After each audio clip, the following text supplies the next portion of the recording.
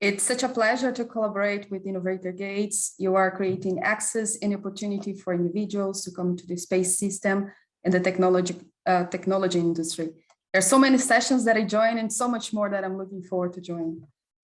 Hi, everyone who's joined us. I'm Cecilia Sobral. I'm the CEO of Galaxy Holdings and SpaceA in Belgium. We are developers of space food and technologies applied to space farming. When I talk about space, many people think about Elon Musk or launching vehicles or satellites or going to Mars. That's definitely part of the new space ecosystem, but there is so much more, and there's so much more opportunity out there for you. First of all, the global space economy is predicted to $4.4 billion and is projected to grow, according to the Bank of America, to 1.5 trillion by 2030. And then over 3 trillion by 2040. So this is bits about tech solutions, and I need to talk to you about technologies and technologies we are using in space. Everybody knows about the breeze removal or satellite servicing. Those are definitely space plays, but what about data analytics or healthcare or advanced manufacturing robotics, artificial intelligence, virtual reality, or farming?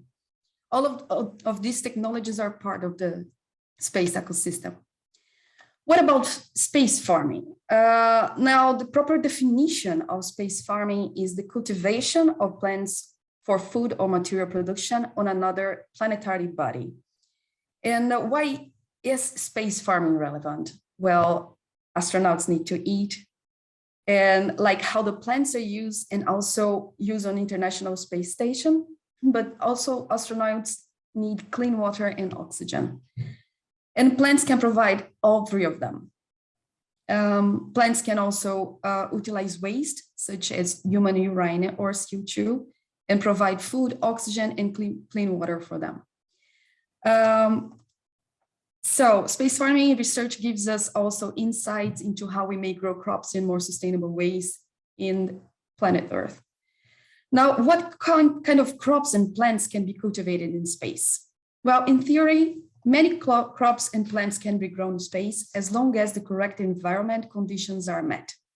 And this includes light, air, water, nutrients such as nitrogen, phosphorus, potassium, and many more, which all of these can either be manipulated or controlled in greenhouses or growth chambers on the surface of the moon, surface of Mars, or within a greenhouse structure on a space shuttle.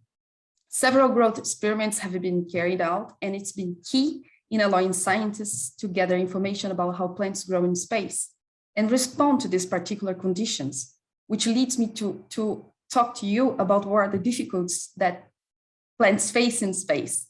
Well, some of the challenges that plants face in space include exposure to radiation, microgravity, or reduced gravity conditions, and nutrient availability. Well, and for those who want to check my math, we'll say on those emerging technologies, you can go to the NASA Technology Transfer Office or the European Space Agency Technology Transfer Office, and you'll find thousands of patents related to that technology that I just shared. So for those who are following, go search more about these institutions, find a mentor. And when you are in the community, you will realize there are so many opportunities, whether you are in the military, commercial, civil, or international. For those who are interested in reaching out, you can find us as spaceafood.com. And you can join me on LinkedIn, and I'm going to go ahead and stop sharing at this point and get back to you, Omar.